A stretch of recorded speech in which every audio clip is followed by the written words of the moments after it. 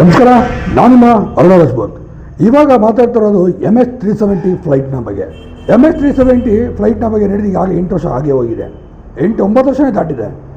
ಎಷ್ಟು ಜನಕ್ಕೆ MS-370 ಬಗ್ಗೆ ತುಂಬಾ ಚೆನ್ನಾಗಿ ಗೊತ್ತಿರುತ್ತೆ.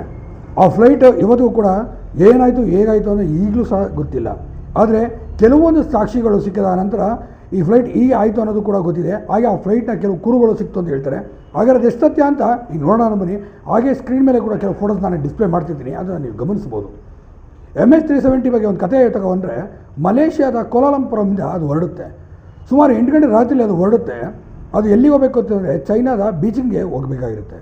ಆ ಬೀಜಿಂಗ್ನ ತೆರಳಂಥ ಸಂದರ್ಭದಲ್ಲಿ ದಾರಿ ಹೋಗೋ ಆನ್ ದ ವೇನೆ 2,500 ಕಿಲೋಮೀಟರ್ ಹೆಚ್ಚು ಕಡಿಮೆ ಇರುತ್ತೆ ಅಂತ ಹೇಳಲಾಗುತ್ತೆ. ಹೋಗ್ತಾ ಇರೋಂಥ 12 ಗಂಟೆ ಸಂದರ್ಭದಲ್ಲಿ ಮಧ್ಯರಾತ್ರಿಯಲ್ಲಿ ಮತ್ತೆ ಅವನು ಏರ್ ಟ್ರಾಫಿಕ್ ಜೊತೆ ಮಾತಾಡಿ ಗುಡ್ ನೈಟ್ ಅಂತ ಮೆಸೇಜ್ ಕೂಡ ಹೇಳಿರ್ತಾನೆ. ಇದಾದ ನಂತರ ಏಕಾಏಕಿ ಚೈನಾ ಬೀಚಿಂಗ್ನ ಏರ್ ಟ್ರಾಫಿಕ್ ಜೊತೆ ಮತ್ತು ಮಲೇಷ್ಯಾ ಕೋಲಾಲಂಪುರಂ ಏರ್ ಟ್ರಾಫಿಕ್ ಜೊತೆ ಎರಡೂ ಕಡೆಯೂ ಕೂಡ ಇದು ಲೈನ್ ಕಟ್ ಆಗೋಗುತ್ತೆ. ತದನಂತರ ಏನಾಯಿತು ಅನ್ನೋದು ಕೂಡ ಸುಳಿವು ಕೂಡ ಸಿಗೋದಿಲ್ಲ. ನೆಕ್ಸ್ಟ್ ಡೇನೇ ಶುರುವಾಗಿದೆ ಸರ್ಚ್ ಆಪ್ರೇಷನ್. ಈ ಸರ್ಚ್ ಆಪ್ರೇಷನ್ ಹೇಗೆ ನಡೀತಪ್ಪ ಅಂತಂದರೆ, ಎಲ್ಲ ಕಡೆಯೂ ಹುಡುಕ್ತಾರೆ.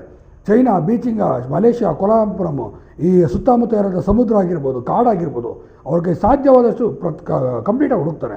ಸತತವಾಗಿ ಈ ಸರ್ಚ್ ಆಪ್ರೇಷನ್ 3 ವರ್ಷಗಳು ಅಂದರೆ 156 ಮಿಲಿಯನ್ ಗಂಟೆ ಹಿಡಿಯುತ್ತೆ ಅಂತ ಹೇಳಲಾಗುತ್ತೆ. ಹಣ ಅಷ್ಟು ಖರ್ಚಾಗಿರುತ್ತೆ. ತದನಂತರ 3 ವರ್ಷ ಆದರೂ ಕೂಡ ಯಾವುದೇ ಸುಳಿವಾಗಿರ್ಬೋದು, ಇದರಲ್ಲಿ ಒಂದು ಸಣ್ಣ ಬದಲಾವಣೆಯೂ ಕೂಡ ಸಿಗೋದಿಲ್ಲ. ಅಲ್ಲಿಗೆ ಈಗ ಕೇಸು ಮುಗಿದೋಯ್ತು, ನಮಗೆ ಅಲ್ಲಿ ಹುಡ್ಕೋಕ್ಕಾಗ್ತಿಲ್ಲ, ಮತ್ತು ನಮ್ಮ ಪ್ರಯತ್ನ ಸಾಕಷ್ಟು ಪಟ್ಟಿದ್ದೀವಿ, ಇದು ಏನಾಗಿದೆ ಅನ್ನೋ ನಮ್ಮ ಮಾಹಿತಿ ಇಲ್ಲ ಅಂತ ಹೇಳ್ಬಿಟ್ಟು ಅಲ್ಲಿಗೆ ಅದನ್ನು ಕೈ ಚೆಲ್ತಾರೆ. ಇದರಲ್ಲಿ ಬರೋಬ್ಬರಿ 227 ಜನ ಪ್ಯಾಸೆಂಜರ್ಸ್, 12 ಜನ ಕ್ರೂ ಮೆಂಬರ್ಸ್, ಇಷ್ಟು ಜನನೂ ಕೂಡ ಇರ್ತಾರೆ. ಬರೋಬ್ಬರಿ 245 ಜನ ಅಂದ್ಕೊಳ್ಳಿ. ಇಲ್ಲಿಗೆ 245 ಜನ ಒಂದು ಫ್ಲೈಟ್ ಸಮೇತ ಕಾಣೆಯಾಗೋದು ಅಂತಂದರೆ ಅಷ್ಟು ಸುಲಭದ ಮಾತಲ್ಲ. ಆ ಸಂದರ್ಭದಲ್ಲಿ ಒಂದು ಮಾತು ಬರುತ್ತೆ, ಏಲಿಯನ್ಗಳೇ ಇದನ್ನು ಅಪಹರಿಸಿದ್ದಾರೆ ಅಂತ. ಆದರೆ ಹೀಗೆ ದಿನ ಕಳೆಯುತ್ತೆ.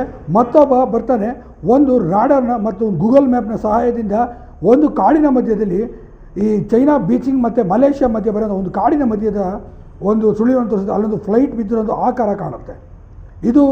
ಇದೇ ಆ ಫ್ಲೈಟ್ ಬಿದ್ದಿರೋವಂಥದ್ದು, ಇದೇ MS-370. ಅಲ್ಲಿ ಹೋಗಿ ನೀವು ಹುಡುಕಿ ನಿಮಗೆ ಖಂಡಿತ ಸಿಗುತ್ತೆ ಅಂತ ಅದು ಹೇಳ್ತಾನೆ. ಅವ್ರು ಹೇಳಿದ ಥರ ಇವರು ಕೂಡ ಹೋಗಿ ಅಲ್ಲಿ ಗಮನಿಸಿ ನೋಡ್ತಾರೆ, ಆ ಥರ ಏನೂ ಕಾಣೋದಿಲ್ಲ. ಅದು ಗೂಗಲ್ ಮ್ಯಾಪ್ನ ಒಂದು ಟೆಕ್ನಿಕಲ್ ಎರರ್ ಆಗಿರುತ್ತೆ ಅಂತ ಕೊಡಾಗುತ್ತೆ. ತದನಂತರ ಹೀಗೆ ಕಳೀತಾ ಹೋಗುತ್ತೆ. ಒಂದು ದಿನ ಏನಾಗುತ್ತೆ ಅಂತಂದರೆ, ಸಮುದ್ರದಲ್ಲಿ ಒಂದು ಮೇಲ್ಗಡೆ ಒಂದು ಫ್ಲೈಟಿನ ಒಂದು ಅವಶೇಷ ಒಂದು ಸಿಗುತ್ತೆ, ಅಂದರೆ ರೆಕ್ಕೆ ಜಾಗ ಸಿಗುತ್ತೆ. ಈ ರೆಕ್ಕೆ ಜಾಗ ಸಿಕ್ಕಿದಂಥ ಸಂದರ್ಭದಲ್ಲಿ ಅಲ್ಲೇ ಇದ್ದಂಥ ತಕ್ಷಣ ಸಮುದ್ರದಲ್ಲಿದ್ದಂಥ ಪೊಲೀಸರಿಗೆಲ್ಲ ವಿಚಾರ ತಿಳಿಸ್ತಾರೆ. ಆಗ ಚೈನಾ ಪೊಲೀಸ್ಗೆ ವಿಚಾರತೆ ಮುಟ್ಟುತ್ತೆ. ತಕ್ಷಣ ಆ ಫ್ಲೈಟನ್ನು ತೊಗೊಂಬಂದು ಏನು ಸಿಕ್ಕಿರುತ್ತೆ ಒಂದು ಅವಶೇಷ ಅದನ್ನು ತೊಗೊಂಬರ್ತಾರೆ. ತೊಗೊಂಬಂದ್ಬಿಟ್ಟು ಅದನ್ನು ಪೂರ್ತಿ ಹುಡುಕ್ತಾರೆ. ಅದನ್ನೆಲ್ಲ ಪೂರ್ತಿ ಹುಡುಕೋದ ನಂತರ ಆವಾಗ ಒಂದು ದೊಡ್ಡ ಮಾತು ಸುಳಿವು ಸಿಗುತ್ತೆ. ಆ ಸುಳಿವು ಬೇರೆ ಏನಲ್ಲ, MS-370 ಈ ಫ್ಲೈಟ್ನ ಒಂದು ಅವಶೇಷ ಅದು ಅಂತ. ಯಾಕೆಂದರೆ ಈಗ ನಮಗೆ ಗಾಡಿಗಳಿಗೆ ಇಂಜಿನ್ ನಂಬರ್, ಚಾಸಿ ನಂಬರ್ ಹೇಗಿರುತ್ತೆ, ಅದರಲ್ಲೂ ಕೂಡ ಅದೊಂದು ನಂಬರ್ ಇತ್ತು. ಆ ಕಾರಣದಿಂದ MS-370 ನಂಬರ್ದೇ ಇದು ಅಂತ ಗೊತ್ತಾಗುತ್ತೆ. ಮತ್ತೆ ಆ ಸರ್ಚ್ ಆಪ್ರೇಷನ್ ಮತ್ತಷ್ಟು ಸ್ಟಾರ್ಟ್ ಮಾಡ್ತಾರೆ 5 ವರ್ಷಗಳ ನಂತರ. ಈ 5 ವರ್ಷಗಳ ಆದ ನಂತರ ಸರ್ಚ್ ಆಪ್ರೇಷನ್ ಶುರು ಆಗುತ್ತಲ್ಲ, ಆಗಲೇ ಅದು ಕಂಪ್ಲೀಟಾಗಿ ಹುಡುಕಿದಾಗ ಗೊತ್ತಾಗುತ್ತೆ. ಸುಮಾರು 16ರಿಂದ 18 ಅವಶೇಷಗಳು ಸಿಗುತ್ತೆ. ಅವೆಲ್ಲದೂ ಕೂಡ MS-370 ಸಿಗುತ್ತೆ. ಆದರೆ ಅದರ ಬ್ಲ್ಯಾಕ್ ಬಾಕ್ಸ್ ಹುಡ್ಕೋಂಥ ಪ್ರಯತ್ನ ಪಡ್ತಾರೆ, ಬ್ಲ್ಯಾಕ್ ಬಾಕ್ಸ್ ಸಿಗೋದೇ ಇಲ್ಲ. ಆದರೆ ಅವಶೇಷ ಸಿಗೋದೇ ತುಂಬ ಕಡಿಮೆ ಸಿಗುತ್ತೆ. ಅಂದರೆ ಒಂದು ದೊಡ್ಡ ಫ್ಲೈಟು ಅಂತಂದರೆ ಅದರಲ್ಲಿ ಸಿಗೋದು 20% ಅವಶೇಷಗಳು ಮಾತ್ರ. ಇನ್ನು 80% ಅವಶೇಷ ಏನಾಯ್ತು ಅಂತ ಗೊತ್ತಿಲ್ಲ. ಇದೆಲ್ಲ ಆದ ನಂತರ ಸಮುದ್ರದಲ್ಲಿ ಸಿಕ್ಕಿದಾಗಲೇ ಗೊತ್ತಾಗುತ್ತೆ, ಇದರಿಂದನೇ ಇದು ಸಮುದ್ರದಲ್ಲೇ ಇದು ಪತನ ಆಯಿತು ಅಂತ. ಅಲ್ಲಿಗೆ ಆ 227 ಜನ, 245 ಜನದ್ದು ಬಾಡಿ ಏನಾಯಿತು ಅಂದರೆ, ಅಲ್ಲಿ ದೊಡ್ಡ ದೊಡ್ಡ ಮೀನುಗಳಿರುತ್ತೆ. ಈ ದೊಡ್ಡ ದೊಡ್ಡ ತಿಮಿಂಗಿಲಗಳು ಸಮುದ್ರದಲ್ಲಿದ್ದ ಜೀವಿಗಳಿಗೆ ಅವರು ಆಹಾರ ಆಗಿರ್ತಾರೆ. ಆದರೆ ಇದು ಏನು ನಡೀತಿರುತ್ತೆ ಅಂತ ಅದಾದ ನಂತರ ಒಂದು ಅಂದಾಜು ಮಾಡಲಾಗುತ್ತೆ.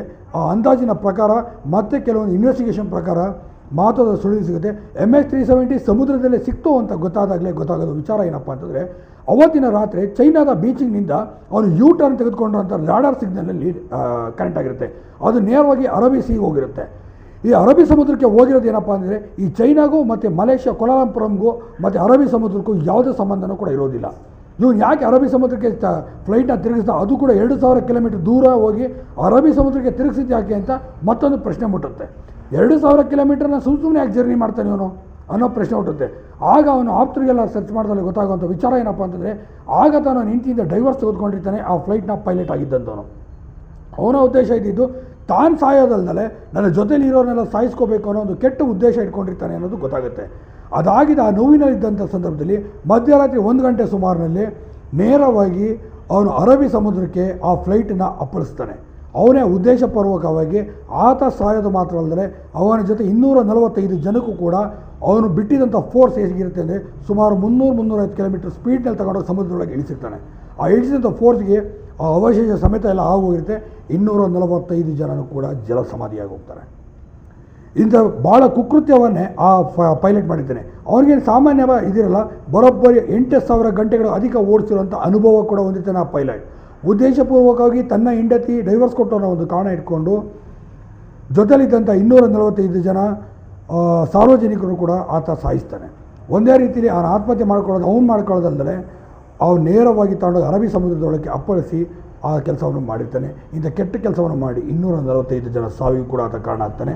ಆದರೆ ದುರಂತ ಏನಪ್ಪ ಅಂತಂದರೆ ಇಲ್ಲಿಂದ 5 ವರ್ಷಗಳಲ್ಲ ಇವತ್ತಿನ ತನಕ ಕೂಡ ಒಬ್ಬರದ್ದು ಬಾಡಿನೂ ಕೂಡ ಸಿಗಲಿಲ್ಲ. ಆದರೆ ಆ ಫ್ಲೈಟ್ನ ಅವಶೇಷಗಳು ಅದು ಕೇವಲ 20% ಅವಶೇಷಗಳು ಮಾತ್ರ ದೊರಕುವಂಥದ್ದು. ಅದು ಬಿಟ್ಟು ಬೇರೆ ಯಾವುದೇ ಅವಶೇಷ ಕೂಡ ಇಲ್ಲಿ ಸಿಗೋದಿಲ್ಲ. ಇದು ದುರಂತ ಅಂತಲೇ ಹೇಳ್ಬೋದು. ಆದರೆ ಫ್ಲೈಟ್ನ ಈ ಟ್ರಾಫಿಕ್ ಕಂಟ್ರೋಲಿಗೂ ಕೂಡ ಗೊತ್ತಾಗೋದಿಲ್ಲ. 5 ವರ್ಷಗಳ ಆದ ನಂತರ ಸತತವಾದ ತನಿಖೆ ಮಾಡಿದ ನಂತರ ಕೊನೆಗೆ ಸಿಕ್ಕಿದಂಥ ಒಂದೇ ಒಂದು ಸುಳಿವಿನಿಂದ ಇದೇನಾಗಿದೆ ಅಂತ ನೋಡಿದಾಗಲೇ ಗೊತ್ತಾಗಿದ್ದು. ಆ ಪೈಲಟ್ನ ಆಪ್ತ ಸ್ನೇಹಿತನೇ ಈ ಮಾತನ್ನು ಹೇಳಿರ್ತಾನೆ, ನನಗೆ ಬದುಕಕ್ಕೆ ಇಷ್ಟ ಇಲ್ಲ, ಸಾಯಬೇಕು ಅಂತ ಹೇಳ್ತಿದ್ದ, ಆದರೆ ಅವನು ಈ ಥರ ಕಚಡ ಕೆಲಸ ಮಾಡಿ ಸಾಯ್ತಾನೆ ಅಂತ ನಾವು ಯೋಚನೆಯೂ ಕೂಡ ಮಾಡಿರಲಿಲ್ಲ ಅಂತ ಹೇಳ್ತಾನೆ. ಕೊನೆಗೂ ಕೂಡ ಅರಬ್ಬಿ ಸಮುದ್ರದಲ್ಲಿ ಈ ಸಮುದ್ರದ ಫ್ಲೈಟ್ನ ಅವಶೇಷಗಳು ಸಿಕ್ಕಿರುತ್ತಲ್ಲ, ಆ ಸಿಕ್ಕಿದ ಆಧಾರದ ಮೇಲೆ ಇಲ್ಲೇ ಇದು ಪತನ ಮಾಡಿದ್ದಾನೆ ಅಂತ ಗೊತ್ತಾಗುತ್ತೆ. ಅರಬ್ಬಿ ಸಮುದ್ರ ಸುಲಭ ಎಲ್ಲ ಹುಡ್ಕೋವಂಥದ್ದು, ಯಾಕೆಂದರೆ ಅದು ಭಾಳ ಅತಿ ದೊಡ್ಡ ಸಮುದ್ರ ನಮ್ಮ ಪ್ರಪಂಚದಲ್ಲಿ ಅಂತಲೂ ಕೂಡ ಹೇಳ್ಬೋದು. ಹಾಗಾಗಿ ಆ ಫ್ಲೈಟ್ನ ಅಷ್ಟು ಸಿಕ್ಕಿದೆ ದೊಡ್ಡದು ಅಂತ ಹೇಳ್ಬೋದು. ಒಂದೇ ಒಂದು ಬಾಡಿನೂ ಕೂಡ ಇವತ್ತಿಗೂ ಸಹ ಅದು ಸಿಗಲಿಲ್ಲ. ಇದು ದುರಂತ ಅಲ್ಲದೆ ಬೇರೆ ಏನೂ ಅಲ್ಲ. ಆದರೆ ಪೈಲಟ್ಟಿನ ಅಚಾತುರ್ಯ ಮತ್ತು ಪೈಲಟ್ನ ಅವರು ಮಾಡ್ಕೊಳ್ಬೇಕು ಸಾಯೋದಲ್ಲದೆ ಇರೋನ್ನೆಲ್ಲ ಸಾಯಿಸಿದ್ದು ಇದು ದುರಂತ ಅಂತಲೂ ಕೂಡ ಹೇಳ್ಬೋದು. ಮಲೇಷಿಯಾ ಮತ್ತು ಕೊಲಾಲಂಪುರಂ ಮತ್ತು ಚೈನಾ ಬೀಜಿಂಗ್ ಸರ್ಕಾರಕ್ಕೆ ಮತ್ತು ಆಸ್ಟ್ರೇಲಿಯಾ ಸರ್ಕಾರಕ್ಕೂ ಕೂಡ ಈ ಸಾವು ನೋವುಗಳಿಗೆ ಸಂತಾಪ ಸೂಚಿಸ್ತಾರೆ ಮತ್ತು ಕುಟುಂಬಕ್ಕೆ ಪರಿಹಾರ ಘೋಷಣೆ ಮಾಡ್ತಾರೆ. ಅದು ಏನೇ ಮಾಡಿದ್ರು ಏನೂ ತಪ್ಪು ಮಾಡಿದ್ರಂತ ಆ ಪೈಲಟ್ನ ನಂಬ್ಕೊಂಡು ಫ್ಲೈಟ್ ಹತ್ತಿದ್ದು ಒಂದೇ ಒಂದು ಕಾರಣಕ್ಕೆ ಆ ರೀತಿ ಸಾವನ್ನು ಅವರು ಬಯಸಿದಂತ. ಯಾಕೆಂದರೆ ಮಕ್ಕಳು ಕೂಡ ಅದರಲ್ಲಿ ಸಾವನ್ನಪ್ಪಿದ್ರು. ಅದು ತುಂಬಾ ದುರಂತ ಅಂತಲೇ ಹೇಳ್ಬೋದು. ಫ್ಲೈಟ್ನಲ್ಲಿ ಆಕಸ್ಮಿಕವಾಗಿ ಸಾವನ್ನಪ್ಪಿದ್ರು ಅಂತ ನೋಡ್ತಾ ಯೋಚನೆ ಮಾಡ್ತಾ ಹೋದರೆ ಮತ್ತು ಏಲಿಯನ್ ಕೂಡ ತೆಗೆದುಕೊಂಡು ಹೋಗಿರ್ಬೋದು. ಏಲಿಯನ್ಗಿದು ಇದಾಗಿದೆ ಅಂತ ಇದಾಗಿತ್ತು. ಕೊನೆಗೆ ರಾಡರ್ಗಳ ಸಿಗ್ನಲ್ ಕರೆಕ್ಟಾಗಿ ಸಹಾಯ ತಗೊಂಡೋಗಲೇ ಗೊತ್ತಾಗಿದ್ದು ಅರಬ್ಬಿ ಸಮುದ್ರದಲ್ಲೇ ಇದು ಕೊನೆಯಾಗಿತ್ತು ಅಂತ. ಅಂದರೆ ಅವನು ಅರಬ್ಬಿ ಸಮುದ್ರದಲ್ಲಿ ತೆಗೆದುಕೊಂಡೋಗಿ ಉದ್ದೇಶಪೂರ್ವಕವಾಗಿ 2,000 ಕಿಲೋಮೀಟರ್ ತಿರುಗಿಸ್ಕೊಂಡು ಟರ್ನ್ ಮಾಡ್ಕೊಂಡು ತಗೊಂಡೋಗಿ ಅಪ್ಪಳಿಸಿ ಅಷ್ಟು ಜನಗಳ ಸಾವಿಗೆ ಕಾರಣ ಆಗ್ತಾನೆ ಆ ಪೈಲಟ್. ನೀವು ಫೋಟೋದಲ್ಲಿ ನೋಡಿರ್ತೀರ, ಅವನೇ ಆ ಪೈಲಟ್ ಆಗಿರ್ತಾನೆ ಕೂಡ. ಹಾಗಾದರೆ ನಿಮಗೇನಿಸ್ತು ಈ MH370 ಬಗ್ಗೆ ದಯವಿಟ್ಟು ಕಮೆಂಟ್ ಮಾಡಿ ತಿಳಿಸಿ. ಹಾಗೆ ವಿಡಿಯೋನ ಲೈಕ್ ಮಾಡಿ, ಆದಷ್ಟು ಶೇರ್ ಮಾಡಿ. ನಮ್ಮ ಚಾನಲ್ನ ಇನ್ಸ್ಟಾಗ್ರಾಮ್ ಮತ್ತು ಫೇಸ್ಬುಕ್ ಮತ್ತು ಯೂಟ್ಯೂಬ್ನಲ್ಲೂ ಕೂಡ ಸಮರ್ TV ಕನ್ನಡ ಡಿಜಿಟಲ್ ಅಂತ ಸರ್ಚ್ ಮಾಡೋದು ಕೂಡ ಸಿಗುತ್ತೆ. ಅಲ್ಲೂ ಕೂಡ ಸಬ್ಸ್ಕ್ರೈಬ್ ಆಗ್ಬೋದು.